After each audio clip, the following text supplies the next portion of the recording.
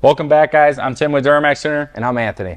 Today, we've got our budget build behind us. We're now calling this truck DIY Till I Die. And last year, we picked this truck up for about $3,500 with the main goal being able to make it reliable to take on a big trip.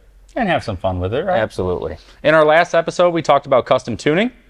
We've done a little bit of that now, right? We had our guy Sean Lane come down and install some parts. Today we're going to run on the dyno. So on this LB7, we have our Spade Custom EFI Live tuning program. Now this is something that is going to be a handheld device that simply plugs into the OBD2 port and is going to put those custom files onto both the engine and the transmission. Pretty easy to install. We talked about it in our last episode. Sometimes you got to unplug some fuses with these older trucks. Usually takes around 15-20 minutes when you have the files. Very, very easy. We try to get everything preloaded, prepped, ready for you to flash. So literally all you have to do is turn the ignition on, plug the device in, and let it program. As we talked about prior, we also installed our 6-speed conversion kit. Last couple of weeks, we've been driving this truck around, putting it through our paces. Had a new file I wanted to try. I know you've driven in a 6-speed truck for a while. It was kind of new to me. I wanted to try some new things. We were out doing that, putting some miles on the truck. Unfortunately, we had some trouble.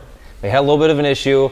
After some test driving on the 6-speed, it looked like a massive lake had formed under the truck, and unfortunately, we had a lot of coolant under there. Probably didn't help that the coolant light was on for a couple days, and I didn't care to look. But here we are. Dude, typical LB7 owner's fashion, you just drove it until the wheels fall off. But yeah, the wheels didn't fall off. But nonetheless, we got it fixed up. We're running a couple $100 for a water pump, couple hours of labor, and we're good to go. When it comes to the dyno, Tim, you're kind of the resident expert here. You do majority of all the dyno runs, the testing, things like that. I have a decent perception or understanding on how it works. Yeah. All I know is that this pig behind us made next to no horsepower, probably lower than factory, I believe. So kind of walk me through. We're going to get the truck on the dyno. We're getting the baseline. What are some of the things we're walking through, we're looking for when we're getting a power number for this truck? Yeah, let's get in. I'll show you. All right, Anthony. We're in the truck now, talking about our Mustang dyno. Yes, sir. Ready to see this thing rip. Mustang dyno's been in the company about 12 years. It was actually one of the first things I ever got to use before I worked with Nick. I had a Jeep SRT8 we brought over and ran it. All-wheel drive or four-wheel drive Mustang dyno at that time was very rare. This one's even more unique because it was designed for sled pull trucks. So there's actually no belt or shaft that attaches the front and rear. So you could run a different gear ratio in the front than the rear. It's all separate. It's all separate. Okay. It's all separate. That can be good and bad. You have an all-wheel drive car, something like that won't lock if it doesn't have an LSD. You're going to burn up the transfer case pretty quick. But something that's true four-wheel drive like this gives us the ability to run the high horsepower sled pull trucks. Highest horsepower thing I've seen on this dyno, probably close to that 1900, 2000 horsepower.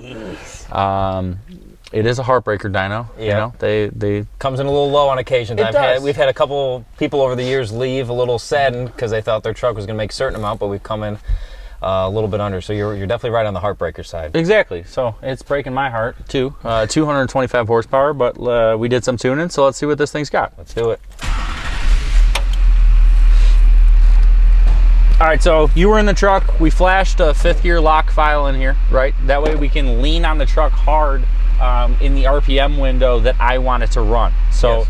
Truck like this, I only ran the stock horsepower tune to about 3,000 RPM. We're gonna try and keep that same window. Okay. So I'm gonna do 1,800 to 3,000 RPM, stock turbo, stuff like that. After we add the turbo, do some other things, we might wind it out more towards 3,500. Okay. So, but for a stock turbo, this isn't the ideal window to be in. Okay. Yep.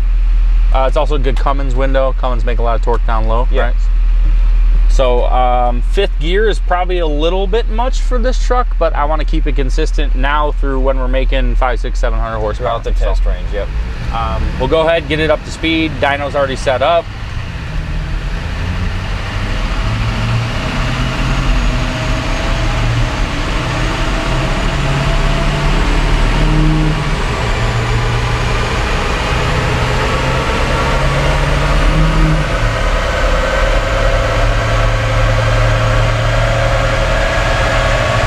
As I approach that 1,800 RPM, the truck will stop there. Okay. And what's nice about that, with trucks with bigger turbos, I can actually leave on power. So right now the truck isn't gaining RPM, but you're gonna hear that turbocharger come up and boost, right?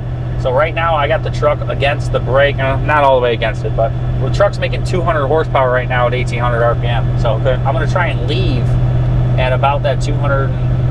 This is the power the truck made last test, 225 horsepower. We're gonna leave right there. Oh wow, okay. So, you ready? Yep.